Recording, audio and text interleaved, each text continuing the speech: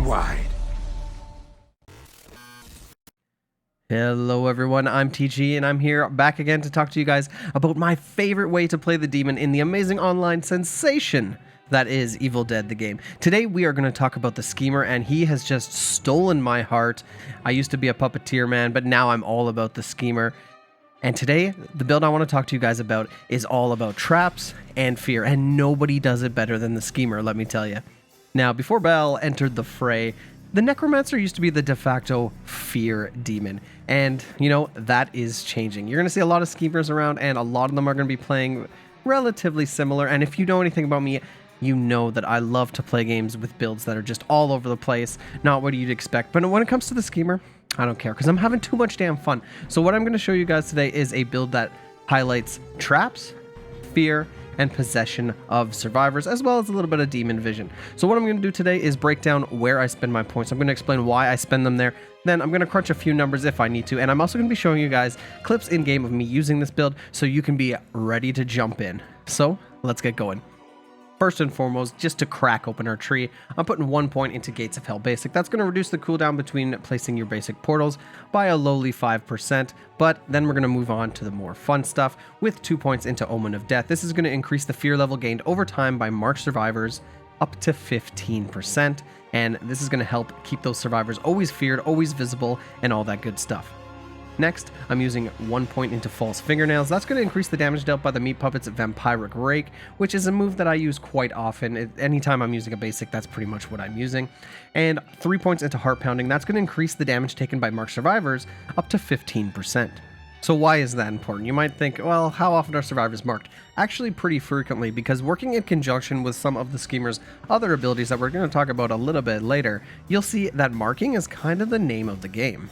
Moving on, we're going to just dip our toes into Heavy Damage Basic, increasing the damage by basic units by 10%.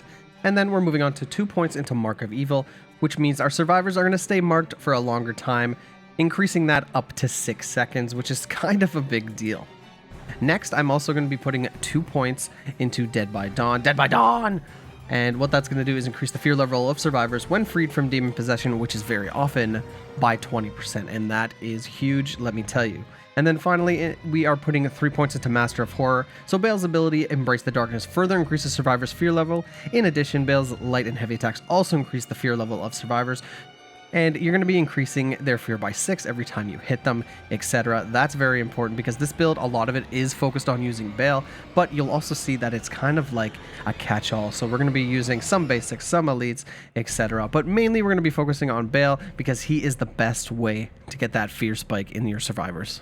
Now, taking all that into account, we're just putting 1 point into Gates of Hell Elite, which reduces the cooldown period between placing your elite portals by a lowly 5%, but that's because we want Scare Your Demonic Dash.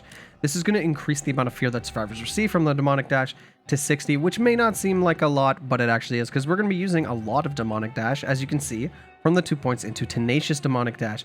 This is going to reduce the cooldown for Demonic Dash to 75 seconds. So that's just over a minute and 15 seconds, and you'll be seeing that you're going to use that a lot. Moving on, I think I have just about exhausted the amount of times I can say Demonic Dash, so 2 points into Energizing Demonic Dash. Increases the amount of infernal energy you gain from your Demonic Dash up to 125. Again, doesn't seem like a lot, but it will add up throughout the match. Now, next, we are going to be putting 2 points into I See You, which reduces the required fear before survivors become visible in Demon Vision by 15%, and that's kind of a big deal because, like I said earlier, a lot of this build is based around fear, demon vision, and possession, so having this up means you are going to be able to see survivors a lot more often. Next, we are again dipping our toes into Heavy Damage Elite. 1 point, increase the damage dealt by elite units by 10%. That's nice to have passively, but what we really want is 2 points into Mortal Invader. That's going to reduce the fear threshold at which survivors can be possessed by 15%, which is kind of huge. And we're also going to be putting a full 3 points into Feel the Fear, which further increases the damage dealt by the schemer to survivors with a fear level that is high, and that increases the damage by 20%. That's kind of absurd. You really, really want that. Now let's move into the juicy ooey gooey goodness. We got 1 point into Gates of Hell Boss, which reduces the cooldown period between placing your boss portals by 5%. But what's really important is 2 points into Bullseye. Placing portals increases the demon's movement speed for a limited time by 20%, and it lasts 6 seconds. That's kind of crazy. You're going to be moving like a goddamn bullet every time you do anything. Then we want 1 point into Rocksteady Boss, increasing the balance bar of your boss by 10%. Not a huge increase there, but it is nice to have. Next, we want Heavy Damage Boss, which again increases damage done by 10% whenever you're using Baal. Not huge, but it is nice to have. And rounding things out, we are using the Health Raiser Boss, which, stop me if you've heard this one, increases by 10% maximum health of your boss unit. But the really important stuff comes from the bottom. 2 points into Shut Your Trap reduces the amount of infernal energy required to set a trap by 20%, which you will be using almost constantly throughout your match. And then we are also going to be putting 2 points into Despair Fest, which increases the duration of your Scare Fest ability up to 20 seconds, which doesn't seem like a lot, but it is pretty much double what it usually is whenever you use those 2 points. And then we are also going to be putting 2 points into Speedy Fingers, which increases the speed at which traps are set by 40%, which is like insane. You're going to be able to set these traps barely pressing the button. It's really, really good. And you're getting the speed increase whenever you set traps as well, as we'll look at later. And finally, 3 points into Jump Snares, so increases the amount of fear received from demon traps by 15%. And 15% doesn't seem like a lot, but it is huge because this whole thing revolves around trapping survivors. So this is going to be going off non-stop, and you're just going to be pumping up that fear without even really doing much. So there you have it. Those are your talent points. However, you're not going to really see why they are super useful until we talk about these abilities. So, first and foremost, active ability is Scarefest. So when activated, this ability will activate all traps nearby for a limited time, including those on cooldown, and this has a cooldown of 80 seconds. So basically, this means whenever you are moving through a trap, even if it's already been sprung, it will automatically set it again. Keep in mind, however, you do still have to pay for it, so you do need the infernal energy, but this can be a game changer for setting up fear traps, because you can basically booby trap an entire place that the survivors are in. And if you have enough infernal energy, you pop this and you can just run through the place and set it again right after they have set them off. It's really going to skyrocket the fear.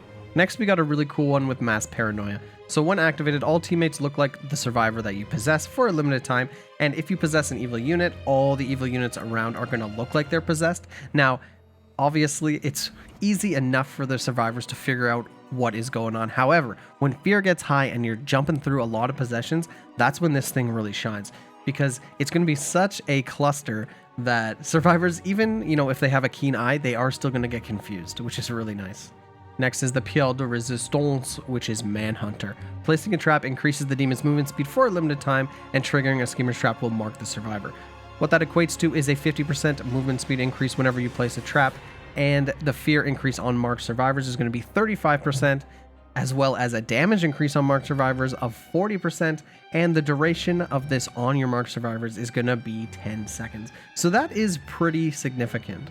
Next, we have another cool one with Feed by Fear. The higher survivor's fear level, the more damage they take from possessed teammates, and the more infernal energy the demon generates passively. That is 2 extra infernal energy, and the damage that they take from their teammates is increased by 50%. 50% is unbelievable. Honestly, it feels like it's wrong, like it's a bug, but no, it's actually 50%, and that can just be so sweet, especially whenever you possess one of our good friends, the Hunters. That means you're just gonna pretty much one-shot all the teammates, and with all the fear going on, there's gonna be so many possessions, so much damage being done. It's hard to quantify because there's so many different variables that affect so many different situations, so I can't really crunch the numbers. Well, I could, but you don't want to listen to all that nonsense. All you really need to know is it's a lot. So the point of this is to just constantly be setting your traps, keeping the survivors feared, possessing every time you can. Even if you know you can't possess them for too long, you're still going to get something out of it. Now, finally, we're going to end off with Rampant Paranoia. A little bit flaccid when compared to the last one, but it increases the fear level of survivors when near an active objective by 1.25 fear per second, which doesn't seem like a lot because it's not. However, it just all goes hand in hand with increasing that fear. So, ladies and gents, boys and girls, powerful vaginas of all ages, that is the build I've been using for Schemer, and quite honestly, I think it's taken the Power Possess Puppeteer's place as my favorite way to play the game, because ever since the beginning, I've always been all about fear. I always wish there was more fear and possession options, and it's so nice that they finally included the Schemer to do just that. So guys, let me know down below if you like the build. If you don't like the build, what you love about it, what you change about it. I do want to know about all that. And don't forget to stick around on the channel because there's so many more builds coming. I am back in full force and I am just loving Evil Dead the game just like the first time. So as always, guys, I am TG, and if you like what you saw, you know what to do.